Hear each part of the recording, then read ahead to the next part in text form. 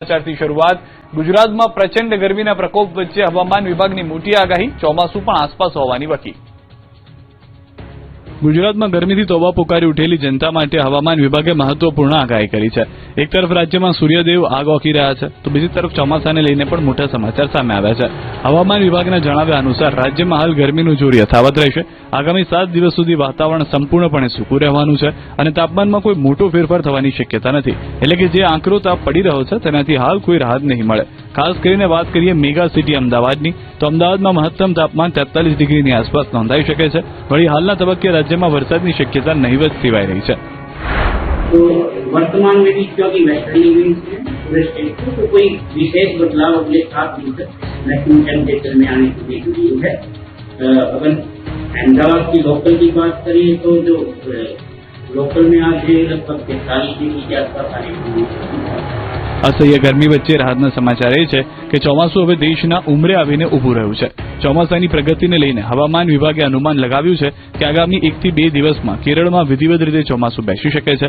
હાલમાં ચોમાસું અરબ સાગરના જુદા જુદા ભાગોમાં સ્થિત છે, સાથે જ બંગાળની ખાડીના ભાગોમાં પણ તેજ મુજબની સ્થિતિમાં આગળ વધી રહ્યું છે। આંદામાન નિકોબાર ટાપુથી આગળ વધીને ચોમાસું હવે ભારતના મુખ્ય ભૂભાગ તરફ તેજીથી આગળ ધપી રહ્યું છે। साउथ वेस्ट मानसून अभी हमारा कुछ पार्ट में south east Arabian sea, south west Arabian sea और south east south west bay of Bengal Andaman sea तक आ गया है। कुछ पार्ट में उम्मीद आगे बढ़ेगा। तो ગીર સોમનાથનો ખેડૂત ડીઝલના એક ટીપા માટે તરસ્યો, ડીઝલ માટે લગાવી લાઈનો।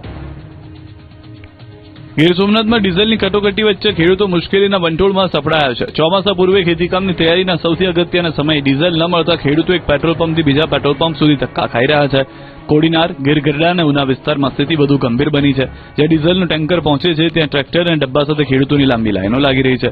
ઉનાના કેસરિયા વિસ્તારમાં તો મોડી રાત્રે ટેન્કર પહોંચતા ખેડૂતો રાતભર રાહ જોતા નજરે પડ્યા। વાવણી અને પાક ઉત્પાદન પર સીધી અસર થવાની ભીતિ ઊભી થઈ છે। ખેડૂતો સરકાર અને તેલ કંપનીઓ સામે રોષ વ્યક્ત કરી તાત્કાલિક પૂરતો ડીઝલ પુરવઠો ઉપલબ્ધ કરાવવાની માંગ કરી રહ્યા છે। ખેડૂતોના જણાવ્યા મુજબ હાલ ખેતી માટેની અગત્યની કામગીરીનો સમય ચાલી રહ્યો છે। ટ્રેક્ટર, ખેતીના સાધનો અને અન્ય મશીનરી ચલાવવા માટે ડીઝલની ભારે જરૂરિયાત રહેતી હોય છે, પરંતુ છેલ્લા ઘણા દિવસોથી પેટ્રોલ પંપો પર ડીઝલનો પૂરતો જથ્થો ન મળતા ખેતી કામ ખોરવાઈ રહ્યું છે। હાલ ચોમાસું હવે નજીક આવી રહ્યું છે અને વરસાદ પહેલા ખેતરો તૈયાર કરવા માટે ડીઝલ અનિવાર્ય છે। જો હાલની સ્થિતિ યથાવત રહેશે તો વાવણી અને અન્ય ખેતી કામગીરી પર સીધી અસર પડશે। કેટલાક ખેડૂતોનું કહેવું છે કે ડીઝલની અછતને કારણે ટ્રેક્ટર ઉભા રહી ગયા છે અને સમયસર ખેતી ન થઈ શકતા પાક ઉત્પાદન પર પણ તેની અસર થવાની ભીતિ છે। સુરેન્દ્રનગરના સાયલામાંથી પકડાયો નકલી ડીવાયએસપી, સાયબર ક્રાઇમ અને છેતરપિંડીના ગુનાને આપતો અંજામ। અસલી પોલીસ સામે નકલી ડીવાયએસપીનો રોફ ઓગળ્યો। આ વખતે સુરેન્દ્રનગરના સાયલામાં અસલી પોલીસની ટીમે એક હાઈ પ્રોફાઇલ નકલી ડીવાયએસપીને દબોચી લીધો। સાયલાના નવાગઢ વિસ્તારમાં રહેતો સોહિલ ખાન પઠાણ નામનો શખ્સ ખાકી વર્દીનો નકલી રોફ જમાવીને ફરતો। આ મહાશય પોતાની ઓળખ ક્યારેક દાહોદ લોકલ ક્રાઇમ બ્રાન્ચના તત્કાલીન પીઆઈ તરીકે આપતો તો ક્યારેક હાઈ પ્રોફાઇલ એટીએસના ડીવાયએસપી તરીકે ઓળખ આપી લોકોને ધમકાવતો। આ નકલી અધિકારી ખાકીના નામે સાયબર ક્રાઇમ જેવા ગંભીર ગુના આચરીને લોકો સાથે લાખોની છેતરપિંડી પણ કરી ચૂક્યો છે। જોકે આ નકલી સિંઘમની હોશિયારી ત્યારે નીકળી ગઈ જ્યારે રાજકોટના રેન્જ આઈજી નિર્લિપ્ત રાયની બાજ નજર તેના પર પડી। રેન્જ આઈજીની ટીમે ચોક્કસ બાતમીના આધારે સાયલા સુદામડા ચોકડી પાસે ફિલ્મી ઢબે વોચ ગોઠવી અને નકલી ડીવાયએસપી સોહિલ ખાન પઠાણને અસલી હથકડી પહેરાવી દીધી। હાલ તો અસલી પોલીસે આ નકલી અધિકારીનો તમામ રોફ ઉતારી જેલના સળિયા પાછળ ધકેલી દીધો છે અને તેની કુંડળી ખંખોળવા વધુ પૂછપરછ હાથ ધરી છે। હત્યાના 2 આરોપી પકડાયા, ગોંડલમાં કરી હતી હત્યા।